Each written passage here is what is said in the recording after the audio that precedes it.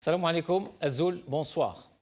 Abdelaziz Bouteflika, 82 ans, cloué dans un fauteuil roulant depuis l'accident vasculaire cérébral dont il a été victime le 27 avril 2013. Aura-t-il un cinquième mandat en avril 2019? Ailleurs dans le monde, la question pourrait paraître saugrenue, ridicule, mais pas en Algérie. Une preuve, écoutons Ouihia. Pour certains hommes politiques, l'avenir est dans le changement, pour ne pas dire dans la rupture. Moi, je dis que l'avenir est dans la continuité, parce que nous sommes un pays qui continue à se construire et à qui remet de l'ordre dans la maison. Et c'est ainsi que le Premier ministre et premier responsable du RND demande à Fakhamatouhou de poursuivre son œuvre et de briguer un cinquième mandat. En juin, nous avons lancé un appel. Et aujourd'hui, le 31 avril 2019, nous commençons à entrevoir la lueur de la bougie de cet appel. Et nous espérons qu'il se concrétisera. Ahmed Ouihia, toujours. Nous ne nous dirons jamais assez que la présence d'Abdelaziz Bouteflika dans le rôle presque comique, s'il n'était tragique, d'otage et de façade institutionnelle pour ceux qui règnent en son nom, n'a été possible que grâce à la complicité, à la connivence ou, du moins, au silence complice de très nombreux acteurs, autant politiques que médiatiques, et une prise d'otage d'un grand invalide qu'on a reconduit à un quatrième mandat alors qu'il ne pouvait même pas faire sa campagne électorale, ni même aller jusqu'au bout de son discours d'investiture. Et qu'on s'apprête aujourd'hui, malgré certaines résistances au sein même de l'armée d'ailleurs, à faire rempiler un cinquième mandat. Il semble bien, en effet, que les adversaires d'hier se soient rabibochés sur le dos des Algériens, bien sûr. Ils ont trouvé des compromis qui les arrangent tous, dont nous n'avons pas encore de détails. Mais il semble bien qu'ils vont tous trouver leur compte. Les Boutef et leurs protecteurs militaires vont pouvoir faire rempiler leur momie. Un groupe de jeunes se faisant appeler jeunes engagés pour l'Algérie ont diffusé aujourd'hui une déclaration sur Internet dans laquelle ils expriment leur inquiétude quant à l'avenir du pays. Je cite, « Notre pays s'enlise dans une crise multidimensionnelle. Les jeunes, qui représentent 70% de la population, sont les premiers à en souffrir. Le chômage touche plus d'un jeune sur trois. La politique économique paupérise les citoyens. Les inégalités se creusent. La harga et la fuite des cerveaux augmentent d'une manière spectaculaire. La corruption et la généralisation de la hogara affaiblissent la confiance des citoyens envers la chose publique et politique.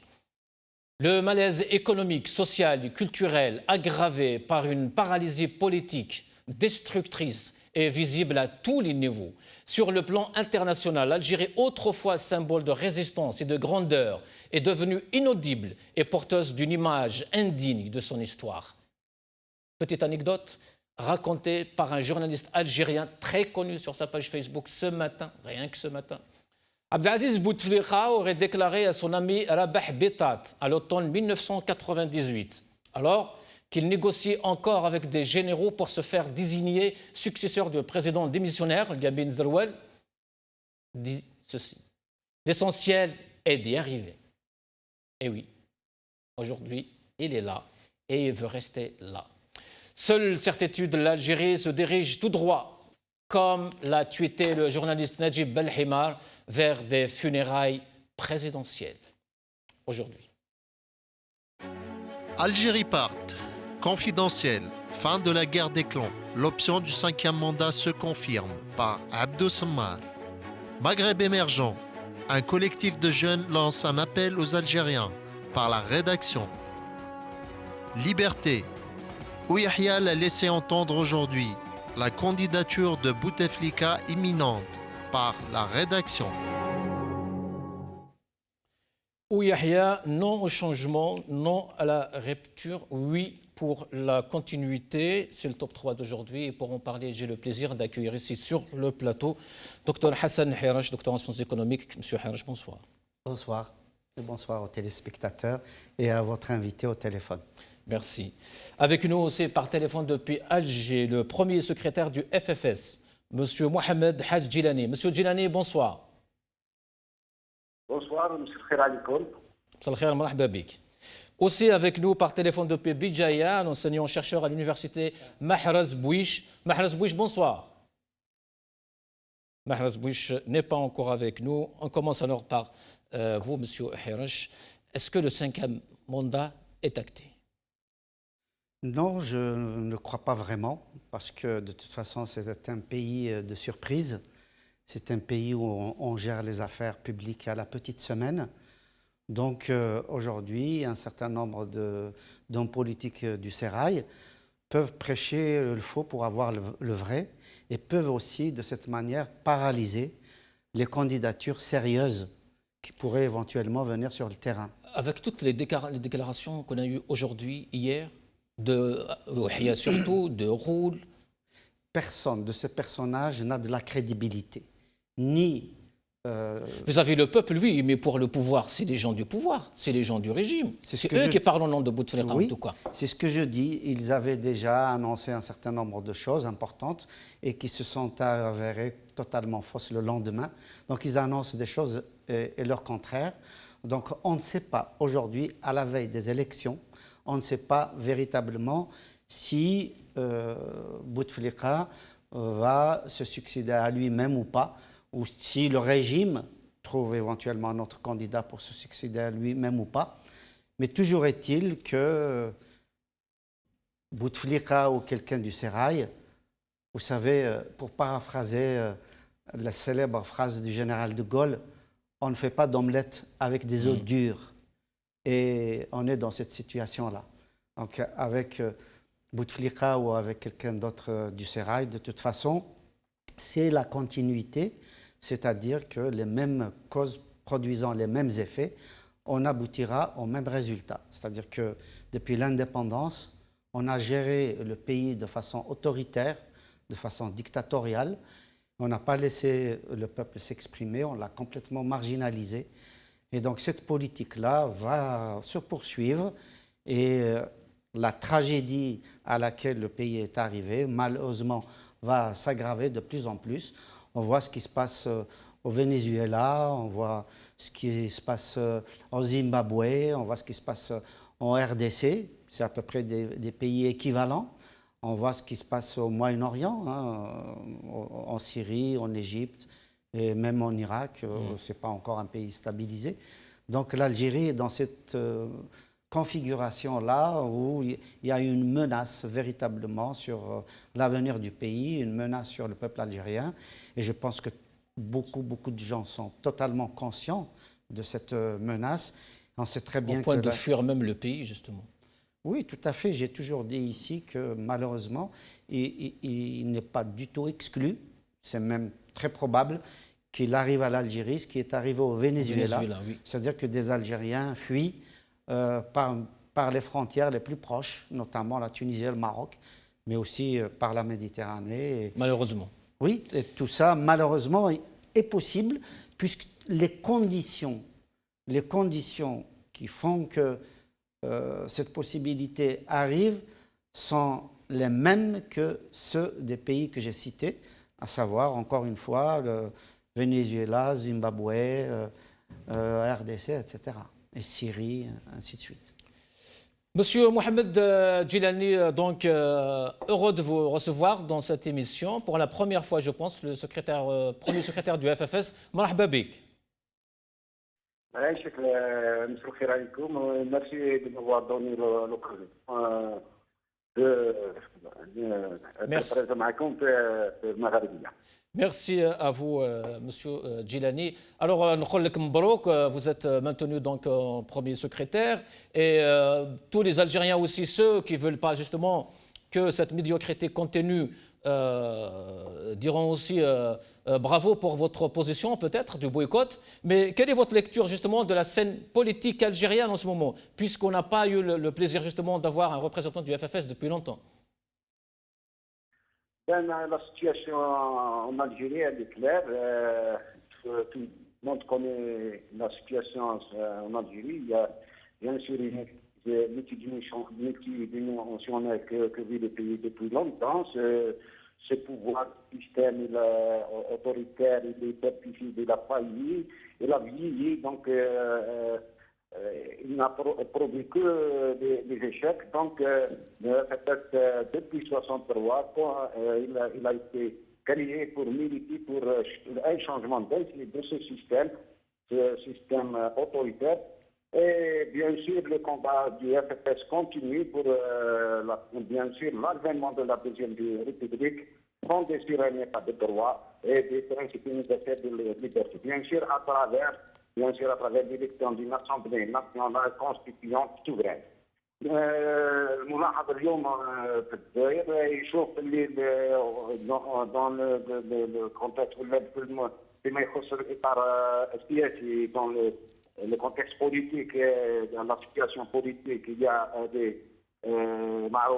un verrouillage politique, pareil, la répression de toutes les voix qui sont opposants au pouvoir. Bien sûr, les syndicats sont harcelés, les médecins sont les médecins اللي يحبوا يديروا لا غريف على جال يديروا لي غريف على جال بروتيستاسيون على جال المطالب نتاعهم راه مضطهدين. الطلبه نتاع المعهد التكنولوجيا والاتصال راه ندخلوهم المحاكم على جال المطالب نتاع الدراسه نتاعهم.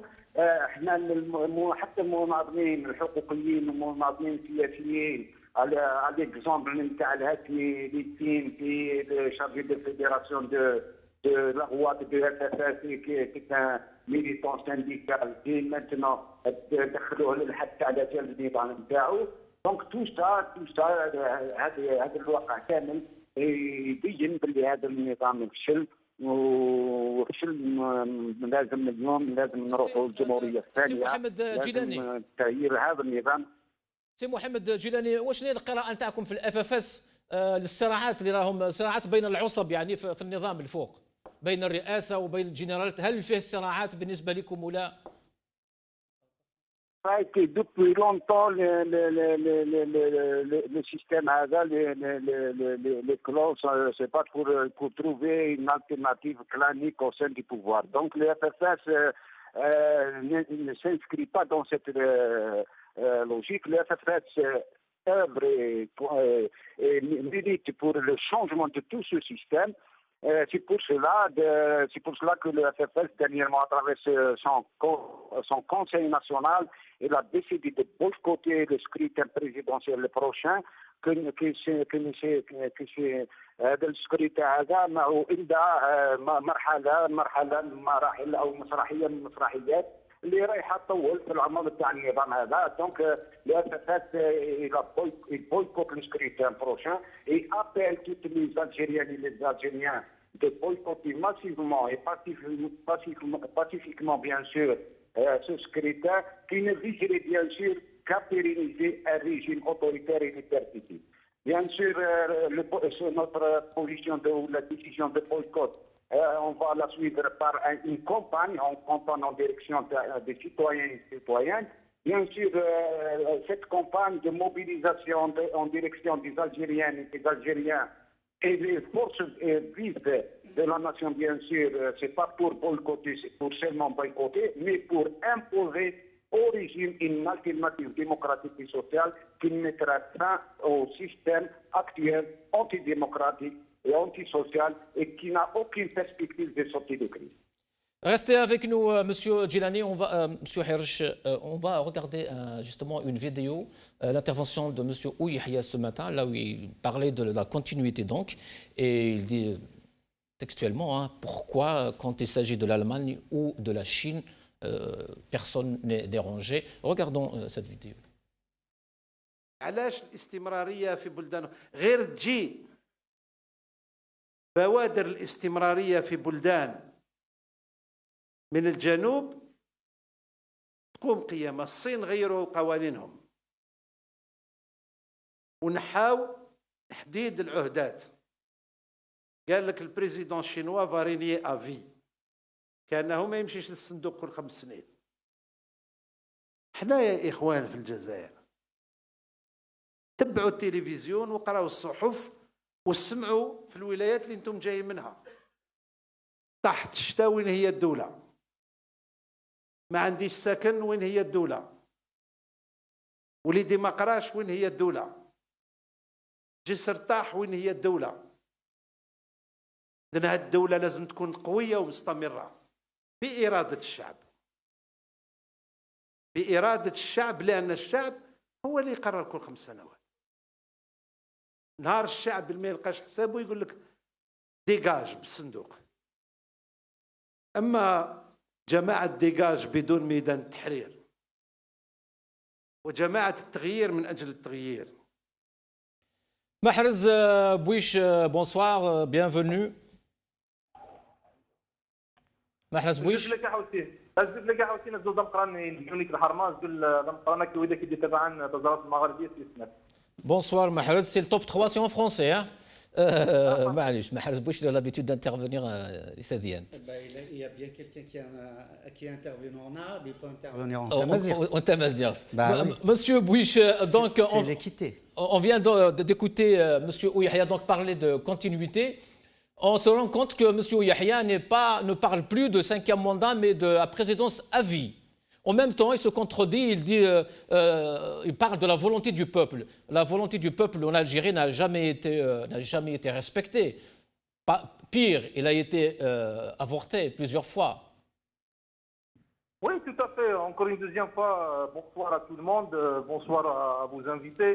En écoutant Hamdou Yahya, bien évidemment, on découvre encore une deuxième fois ou une troisième fois qu'il est tout le temps et toujours fidèle à sa logique méprisante. La logique méprisante adoptée par le Premier ministre et le secrétaire général du RND, elle ne date pas d'aujourd'hui ni d'hier, c'est depuis pratiquement longtemps. Il a un mépris à l'égard du peuple. Il suffit justement d'analyser convenablement de point de vue sémiologique et de point de vue, je dirais, politique et sociologique son discours pour découvrir effectivement cette haine, ce mépris qu'il porte à l'égard du peuple. Et malheureusement, le Premier ministre et le secrétaire général du RND sont pour autant tombés dans les accusations gratuites. Et il ne cache pas ce mépris, il le dit clairement. Effectivement, dans tous les pays du monde, s'il y a un projet qui ne marche pas, effectivement, c'est la faute à l'État. Si le jeune ne travaille pas, c'est la faute à l'État. Et lorsque je dis à l'État, ça veut dire au régime, à toutes les politiques adoptées. S'il y a un problème quelconque dans n'importe quelle région, bien évidemment, c'est la faute à l'État. C'est pas la faute, c'est pas à la nature, c'est pas à Dieu, c'est pas au peuple. Donc, à mon avis, ça c'est un mépris qu'il a enfanté depuis pratiquement longtemps. Et lui, il le sait pertinemment. Il est dans l'attaque. Et il est dans sa logique permanente. Revenons maintenant à ta question, Houssine. Effectivement, c'est une question pertinente. En tout cas, depuis 1999, les gens qui ont ramené l'actuel chef de l'État, ils l'ont ramené pour sauver le régime. Et on sait pertinemment qu'il a trouvé, parmi les gens qui l'ont aidé à sauver le régime, bien sûr, Ahmedou Yahya et compagnie, en tout cas, grosso modo, c'est l'alliance présidentielle. Donc, l'alliance présidentielle aujourd'hui, entre autres, avec bien sûr la participation d'autres généraux qui sont à la retraite ou d'autres cadres supérieurs de l'État, malheureusement, aujourd'hui, la grande responsabilité par rapport à tout ce qui se passe dans notre pays. Ils l'ont soutenu, ils ont géré avec lui, ils lui ont orienté, ils ont peut-être conceptualisé même ses démarches politiques et économiques. Donc aujourd'hui, la responsabilité, elle est claire, elle est nette. Et cette responsabilité, elle ne se termine pas.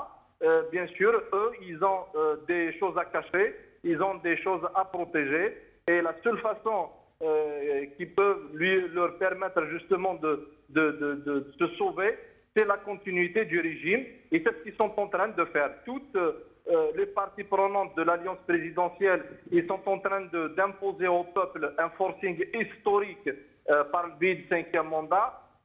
Et bien sûr, c'est dans la logique, pas pour les beaux yeux du chef de l'État, mais pour la continuité du régime. Et la continuité du régime à Houssine, ça explique clairement, et bien évidemment, eux, ils le pensent, hein, clairement, ils ne le disent pas, mais ils le pensent. Effectivement, eux, ils pensent clairement que la continuité des régimes, ça va signifier trois choses. Un, leur continuité, parce que sans l'existence du régime actuel et les parties du régime, parce que Bouteflika est une partie du régime et n'est pas le régime complet, bien évidemment, sans ce régime, eux, ils vont disparaître. Du deux, bien évidemment, ils ont peur de le muhasaba, donc certainement, s'il y aura une rupture par rapport au régime, s'il y aura une autre personne qui ne va pas arranger beaucoup plus leurs affaires, certainement il y aura des dossiers, parce que depuis 99 à nos jours, au même titre pratiquement, il y a même la logique depuis 1962, les gens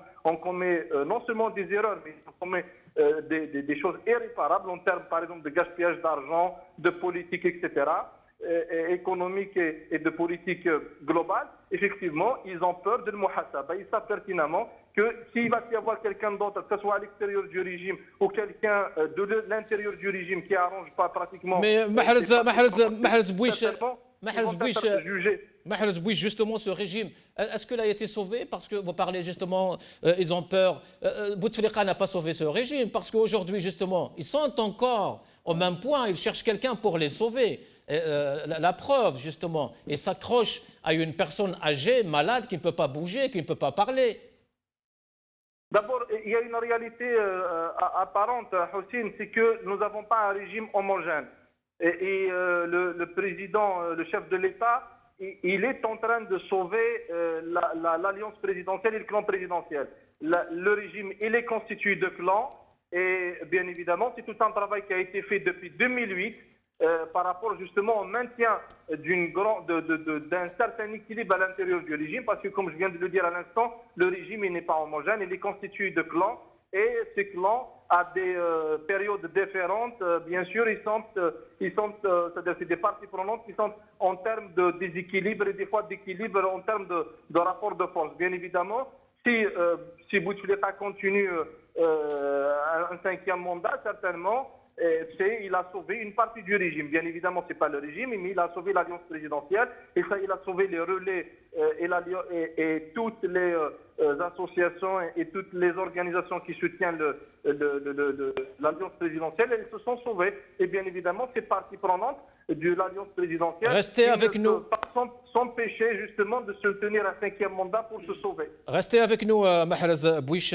Monsieur Hirsch, est-ce que présenter comme ça à Bouteflika une élection aussi importante que la présidentielle, après 4 mandats, une personne handicapée, pourquoi faire justement de l'Algérie un pays handicapé? C'est quoi? Pourquoi? Est-ce qu'ils ont vraiment de la haine envers ce peuple à ce point? Je pense que votre interlocuteur, là, Mahrez Bouich, vient de l'expliquer de façon tellement lucide. Effectivement, il y a un mépris. Il y a un mépris du peuple, de cette classe dirigeante. Parce que tout simplement, ils n'ont jamais donné le droit à la parole au peuple algérien, à part la petite récréation de 90-91, mais on a vu comment ça s'est terminé. Tout de suite, coup de sifflet pour arrêter le processus démocratique. Violemment, bien sûr. Voilà, absolument. Et donc, on sait très bien que depuis, on ne le répétera jamais assez ici sur cette antenne-là, depuis l'indépendance, voire même depuis l'assassinat d'Abban Ramadan, il y a un processus qui s'est enclenché, un processus antidémocratique, un processus anti-algérien. C'est une politique qui a été menée par Ben Bella, par Boumedienne, par Chadli et consorts. Il y a eu la petite période, un épisode, mais dans la fin tragique, nous montre justement que ce régime ne veut pas de changement, c'est la période de Boudiaf. Boudiaf a appelé au changement, a appelé à une rupture. Il voulait absolument réformer le pays, revoir l'école, revoir la gouvernance, revoir les relations extérieures de l'Algérie, redonner la parole au peuple algérien, ainsi de suite. Ceci dit, c'est un peu le langage que tient aujourd'hui M. Alir Diri, qui veut lui aussi, en se présentant, procéder à une rupture de ce système qui a jusque-là bâillonné les Algériens. Vous pensez que Ouihia parlait de M. Ordiri, justement, en parlant de la rupture? Non à la rupture? Non, je pense que Ouihia est dans son rôle de répéter la langue de bois du système qui a fait de lui ce qu'il est aujourd'hui. Ouihia est totalement méprisant vis-à-vis du peuple algérien. Il compare d'ailleurs, si j'ai bien compris, parce que bon, je ne comprends pas tout en Fosra, et si j'ai bien compris, il compare l'Algérie à la Chine. Oui, effectivement, la Chine est un pays de dictature, c'est un pays à parti unique. Mais pourquoi il ne parle pas de l'économie de la Chine, de la stabilité de la Chine, justement? Oui, mais bon, même l'économie de la Chine, on sait très bien qu'elle est totalement fragile. Elle est totalement fragile. On voit très bien qu'il a suffi que les États-Unis prennent un certain nombre de mesures par rapport à la taxation de ces produits pour qu'il y ait une chute vertigineuse de son PIB, de son taux de croissance. Donc la Chine, c'est vrai, elle a fait des progrès immenses, immenses en termes économiques, mais une économie florissante qui ne permet pas aux citoyens d'exister, qui ne permet pas aux citoyens de vivre librement, qui ne permet pas des libertés individuelles, collectives, qui ne permet pas une démocratisation, qui ne permet pas une respiration démocratique dans la société. Et en même temps, elle a comparé à l'Allemagne aussi. Oui, non, mais c'est tout à fait le contraire de la Chine. Totalement, là-dessus, dans ce sens. C'est que ça prouve que M. Ouihia, bien qu'il soit au pouvoir depuis maintenant quasiment plus d'une décennie, 10-15 ans, ça veut dire qu'il ne connaît pas les rouages politiques internationaux. Il montre son indigence politique, son indigence culturelle. S'il ne sait pas que l'Allemagne est un pays démocratique, qui est un pays où les institutions sont respectées. Non seulement les institutions sont respectées, mais aussi la parole publique est crédible, la parole du citoyen est crédible, où on organise le territoire en landeur avec des gouvernements régionaux, où le citoyen allemand a son mot à dire au niveau local, au niveau régional. L'élection prend tout son sens. Et que Angela Merkel a été élue et réélue démocratiquement, et que là, il a été mis en difficulté du reste lors des élections régionales. Notamment son parti a fléchi. Et je veux dire, la transparence totale dans les élections, évidemment démocratiques en Allemagne, si on pouvait avoir ne serait-ce qu'un centième ou un millième du système démocratique allemand, eh ben les Algériens, je crois, s'en réjouiraient. L'Allemagne qui a eu un système démocratique depuis pratiquement maintenant 2-3 siècles, même s'il y a eu une parenthèse avec la montée du fascisme, où ça a été complètement un coup près de ce processus démocratique. Mais on voit très bien comment l'Allemagne s'est totalement rattrapée et qu'aujourd'hui, elle joue au niveau mondial un rôle extrêmement positif. D'ailleurs, c'est un pays, c'est la 4e ou 5e puissance mondiale, alors que l'Algérie est à la traîne au niveau économique, au niveau culturel, au niveau universitaire, au niveau de la recherche, au niveau des droits de l'homme, de tous les classements internationaux. On voit que l'Allemagne est toujours dans le top des 5 pays ou des 10 pays au niveau des droits de l'homme, au niveau du taux de croissance, au niveau des exportations, à tous les niveaux des droits humains. Alors que l'Algérie est totalement à la traîne dans tous les classements internationaux. Donc aujourd'hui, Ouihia exerce évidemment depuis maintenant des années une langue de bois. Les Algériens évidemment ne sont pas dupes. Les Algériens demandent des libertés publiques, des libertés individuelles. Aujourd'hui, les Algériens demandent un processus électoral pluraliste. Il y a aujourd'hui un certain nombre de candidats qui... Bon, on va revenir justement au candidat, M. Hirsch. Je vais demander à M. Djilani. Monsieur Djilani, justement, vous avez donc opté pour le boycott. Pourquoi le boycott? Allô? Oui, M. Djilani? Oui. Je disais, vous avez opté pour le boycott, donc vis-à-vis de ces élections d'avril 2019. Pourquoi le boycott? Pourquoi le boycott? On a parlé de la situation politique et sociale et économique en Algérie. il a été Tadaour. Donc, la question qui se pose maintenant, est-ce que les conditions d'une élection démocratique libre, honnête et transparente sont réunies? Donc, la réalité dit le contraire. Donc, le scrutin prochain qui va être organisé à 3 mois, et ce n'est bien sûr, les conditions ne sont pas réunies. Donc, toute participation ne sera qu'à donner une façade faussaire de l'accostement démocratique à un scrutin fermé d'avance au profit du candidat du régime. Donc, on connaît les scrutins organisés par ce pouvoir. Les résultats officiels ne reflèteront jamais en rien le niveau réel de participation. Donc, à quoi sert de participer dans un scrutin dont les résultats sont connus davantage. Maintenant, le FFS est convaincu que seule la mobilisation des citoyens et des citoyens ainsi des forces de la nation pour imposer une alternative démocratique à ce régime.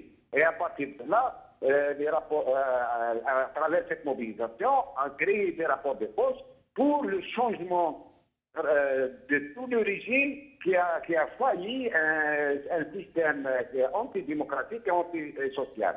Maintenant, comment on va le FFS, bien sûr, il a pris la position de boycott. Donc le boycott actif. Bien sûr, il a appelé les Algériens à un boycott massif et actif. Et comment justement, comment on pense...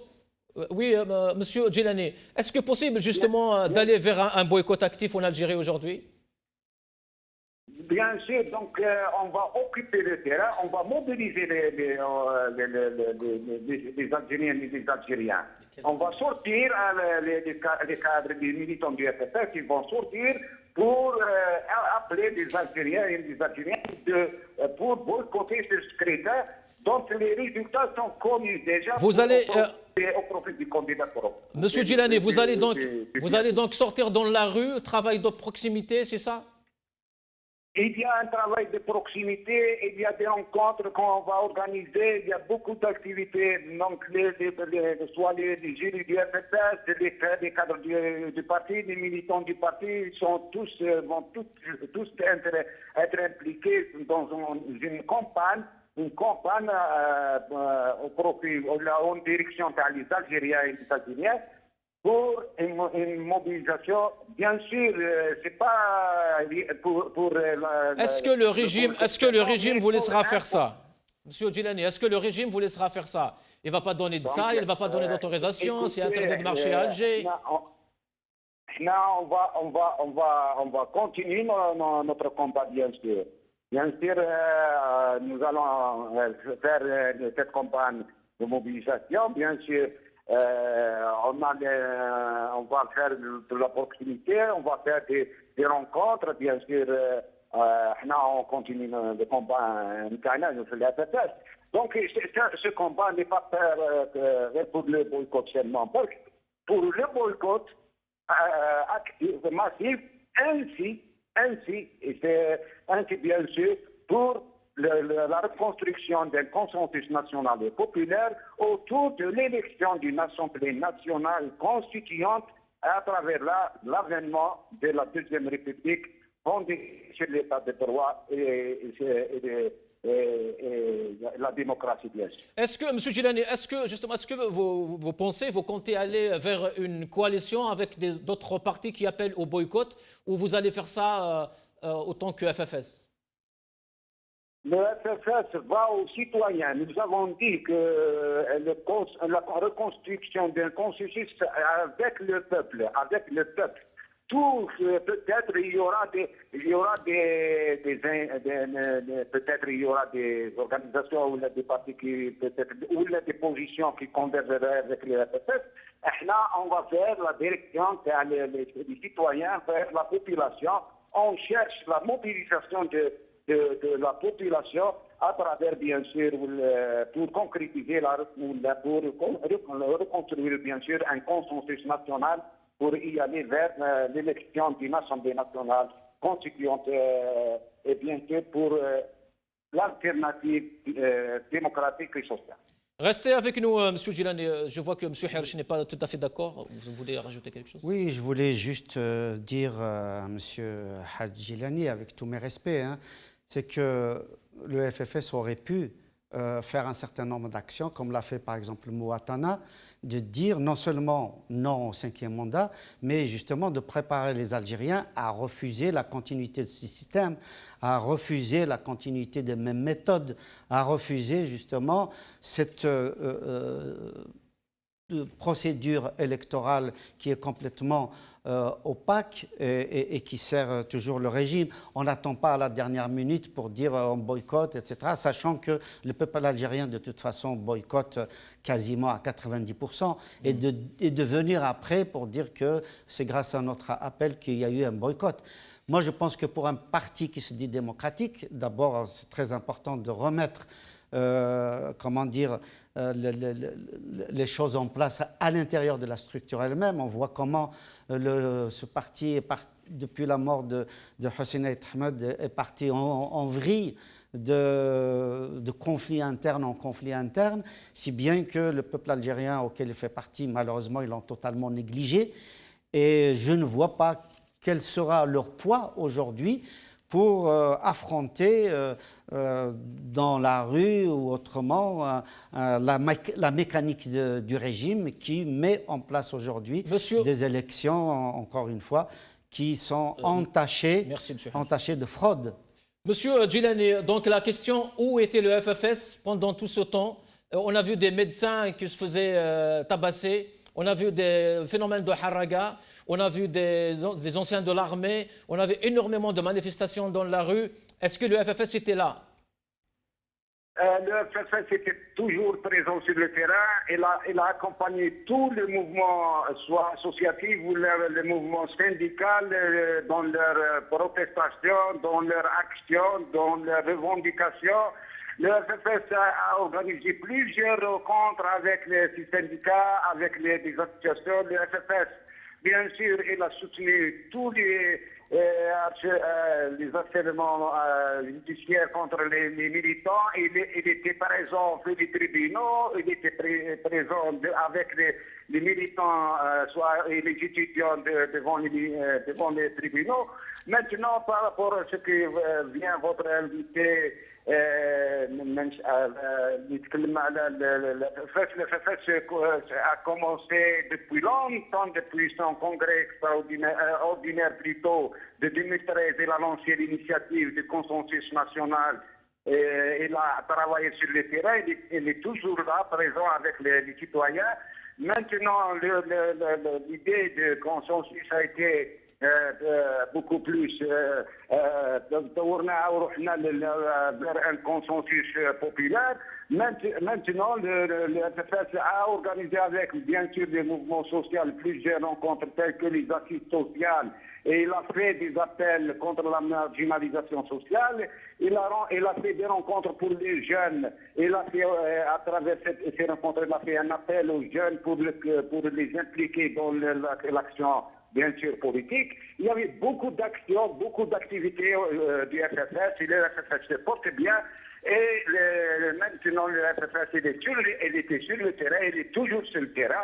On va, Inch'Allah, les citoyens, pour se mobiliser, bien sûr. Restez avec nous. Bien sûr. Restez avec nous, M.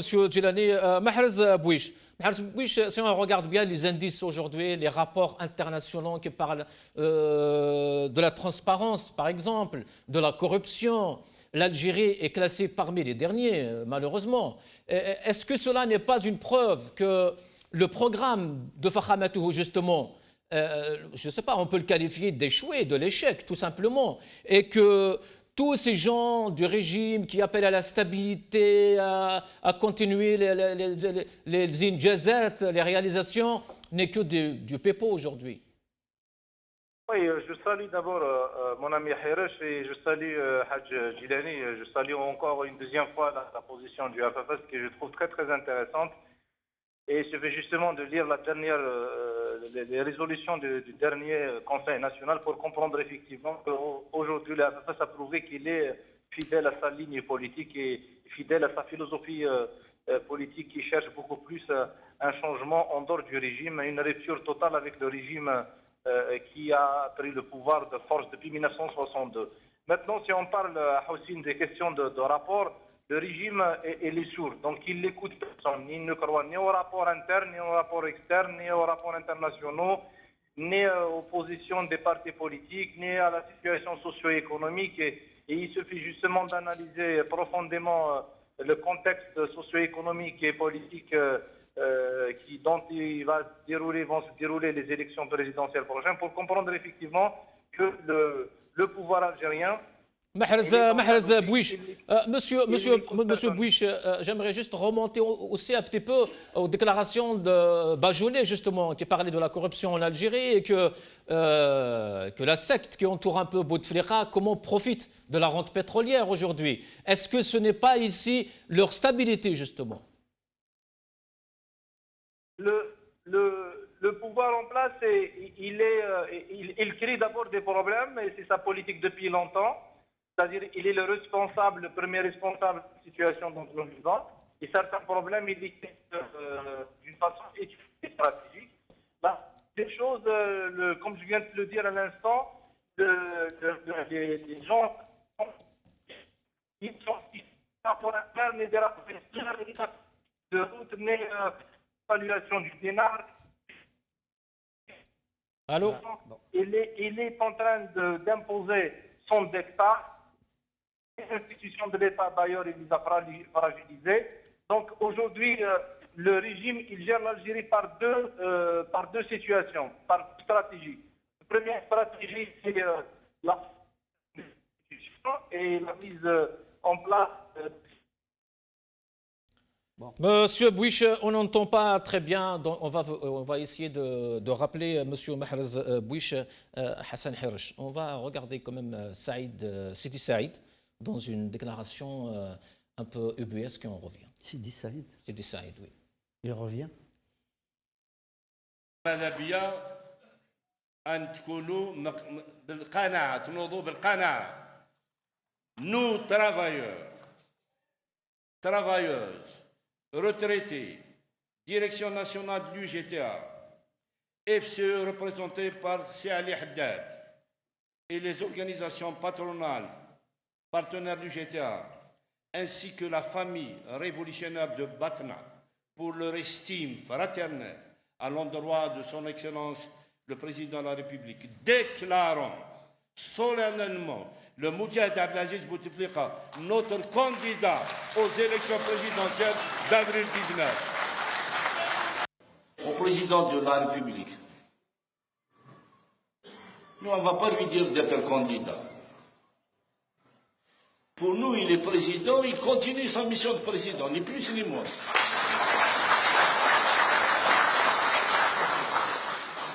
احنا نعتبر le 19 avril comme une formalité. ولا لا.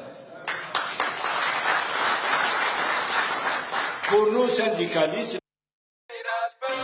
انت قاعد تقول للجزائريين حسب ما فهمت في لي بلاطو تصريحات باللي الانتخابات هذه الرئاسيه راهي مزوره وما حتى ثقه. كل الانتخابات مزوره حتى اللي جايه تاع الخامسه. الانتخابات تاع 91 هاي الغيت. من اللي بدينا في المسار الانتخابي من 95 الى يومنا هذا كل الانتخابات مزوره. يعني بوتفليقه كي طلع هذم العهدات الربعه كانوا مزورين. كل الانتخابات انا نقول كل الانتخابات بالنسبه لنا من 95 الى يومنا هذا كلها مزوره بالنسبه لنا احنا. هذه وحتى القادمه تتوقعون؟ حتى القادمه لو كان ما نديروش راي بين بعضنا الانتخابات راح تكون مزوره. C'est quand même incroyable. Hein. Alors, Sidi Saïd de l'UJTA, il dit que les élections ne servent absolument à rien en Algérie. Pour nous, le 18, c'est la fête, c'est une formalité. Et M. Makré, Abdelrazak Makré, le président du MSP, HEMS, dit que les élections, en tout cas, sont falsifiées. Pourquoi faire des élections? Mais il y va quand même pour les élections. Il se présente? Oui, il est candidat. C'est toujours bon à savoir.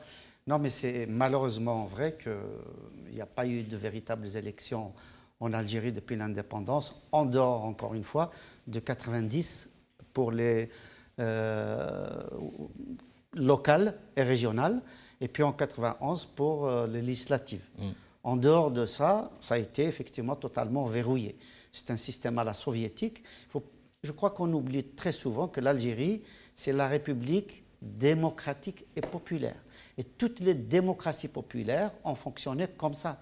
C'est-à-dire, on présente un candidat juste comme ça pour la galerie, pour amuser la galerie, mais les jeux sont faits absolument d'avance. Dans les pays ex-soviétiques, ça se passait totalement comme ça. Dans la RDA, la Tchécoslovaquie, la Yougoslavie, la Pologne, et ainsi de suite, ça se passait exactement de la même façon. C'était des démocraties populaires. Or, le régime a changé, ils se sont rapprochés de l'Europe, donc ils se sont améliorés, un processus démocratique est en cours chez eux, ils ont fait des progrès énormes, et l'Algérie est restée encore une fois une démocratie populaire, comme la Chine, comme Cuba, comme le Venezuela, et donc effectivement... Pourquoi alors les partis politiques et les personnalités en Algérie continuent à aller aux élections? Je pense que pour les partis politiques, c'est peut-être une occasion de dynamiser un peu leurs troupes, de mobiliser leurs troupes, d'exister et éventuellement d'avoir un certain nombre de dividendes, voire éventuellement s'ils peuvent constituer une alliance avec le pouvoir en place, comme ça a été fait avec le MSP, comme ça a été fait avec le MPA, comme ça a été fait avec le RND, ainsi de suite. Maintenant, au détriment de la volonté du peuple. Mais bien évidemment, des ambitions du peuple. Mais on voit très bien, c'est totalement schizophrénique. Bon, on se dit, bon, il n'y a pas d'élection, c'est le cas de Macri, il n'y a pas d'élection, elles sont fausses. Elles sont truquées. Elles sont truquées, elles n'ont aucune espèce de crédibilité, mais j'y vais quand même. Donc, ou bien il attend éventuellement des retombées parce qu'il va constituer un lièvre pour ces élections-là, pour les crédibiliser un tant soit peu, si tant est qu'il puisse les crédibiliser. Et à ce moment-là, il attend, je suppose, un certain nombre de postes dans le prochain gouvernement. Et puis, il y a évidemment un seul candidat qui me paraît aujourd'hui sérieux, c'est Ali Rdiri. Mais est-ce que Ali Rdiri a des troupes derrière lui? Malheureusement, pour le moment, ce n'est pas le cas. Il a en revanche un certain nombre de personnalités, dont le célèbre avocat Mokrana Larbi, dont le célèbre aussi général Ben Hadid.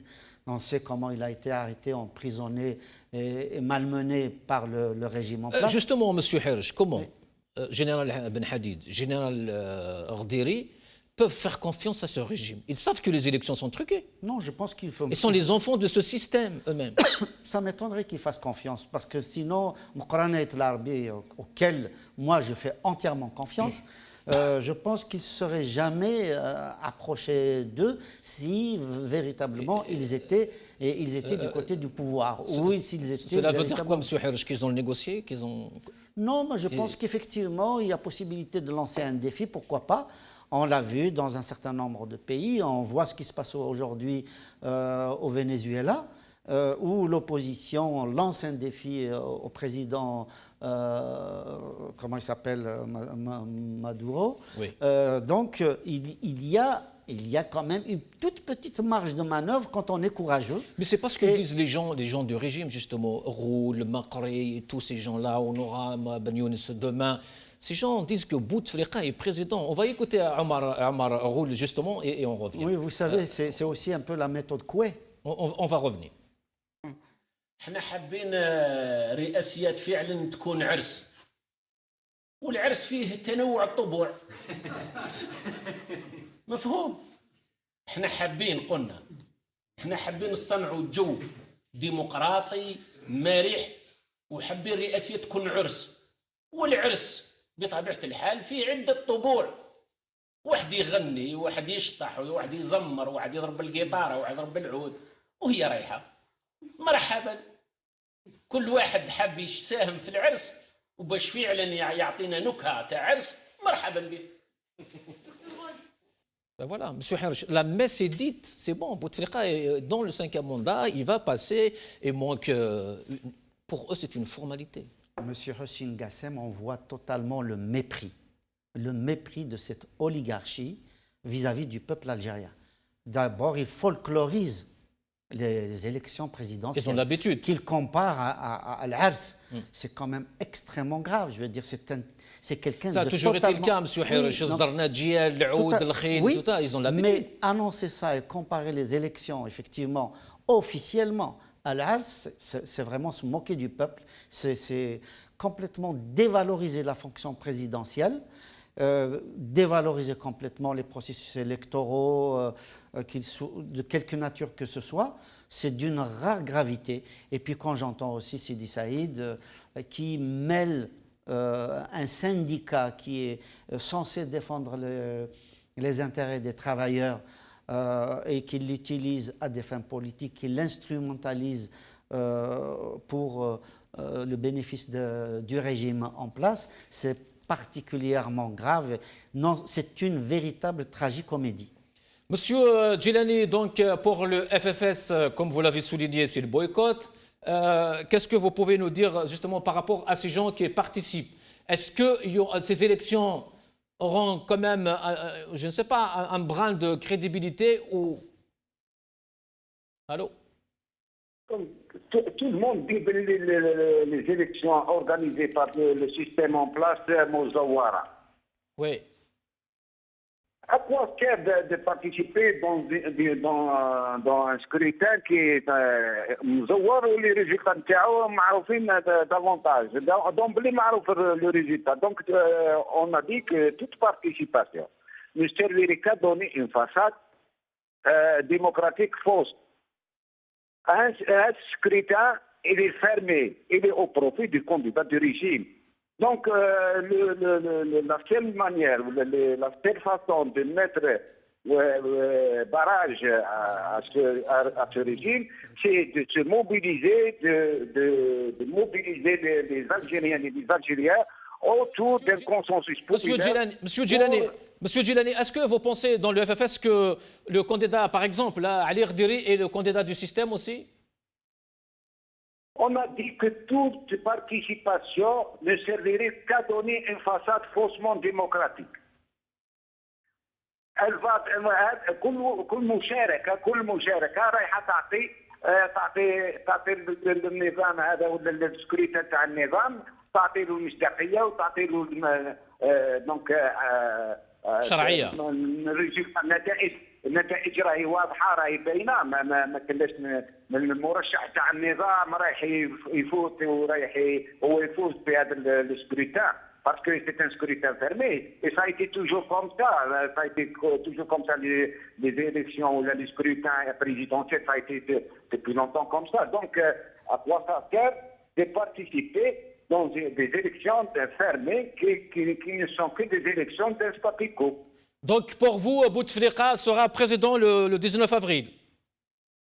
Pour nous, le candidat du régime, on ne parle pas des personnes, on parle du système. Un système qui dirige ce pays depuis 1962 jusqu'à maintenant et qui a failli. Donc, pour le FFS, on lutte, notre combat, c'est pour changement de ce régime, pour imposer une alternative démocratique à ce régime et mettre fin, bien sûr, à ce système antidémocratique et Merci Mohamed Hadj Djilani. Merci d'avoir accepté notre invitation. J'espère que ce n'est pas la dernière fois, Inch'Allah. Merci, Atek Saha. Inch'Allah. Merci. Mahrez Bouich, Farouk Qsentani, ancien président de la Commission nationale consultative de promotion et de protection des droits de l'homme, a déclaré ceci aujourd'hui. Il faut exiger des candidats à la candidature le dépôt d'une caution conséquente et éventuellement un certificat médical attestant la bonne santé mentale de l'individu. J'estime par ailleurs que le candidat doit avoir un niveau universitaire. De qui veut-il parler? De qui veut-il parler? Il parle malheureusement de rien. On connaît un petit peu le parcours sans pour autant attaquer l'accusé. On connaît un petit peu son parcours et on connaît sa fidélité et son travail au prix de la présidence. Non, du 1, je pense que c'est, à mon avis, c'est arbitraire comme je dirais, comme constat ou comme demande et comme revendication qui émane de la part d'un défenseur des droits de l'homme. Un défenseur des droits de l'homme, il est censé de défendre tous les droits politiques et civils de tous les citoyens algériens. Aujourd'hui, les Algériens, s'ils se présentent au palais de gouvernement pour récupérer les formulaires et se porter candidat, c'est tout simplement parce que la loi, c'est la loi qui l'autorise. Et je pense que ça ne pose aucun problème. Il y a le processus démocratique qui se construit ainsi. Maintenant, je pense que le problème, il est ailleurs, hein, au lieu de... Merci Mahrez. Désolé, on arrive à la fin de cette émission. Hassan Hirosh, un dernier mot par rapport à ces jeunes, justement, ce communiqué dont on a parlé au début. Ils disent renoncer au statu quo qui nous condamne dans une infernale fuite en avant. Écoutez la voix des jeunes et des citoyens qui auront à construire l'Algérie de demain. Bien évidemment, ça fait plaisir que des jeunes s'élèvent comme ça et dénoncent la situation aujourd'hui totalement bloquée. Donc c'est un espoir. C'est un espoir. C'est vraiment en contradiction de discours qu'on a entendus, notamment de Sidi Saïd, de Roul et de Ouihia. Ouihia a lancé un défi à ces jeunes. Il leur a dit, vous voulez vraiment qu'on parte, il faut que vous nous disiez dégage.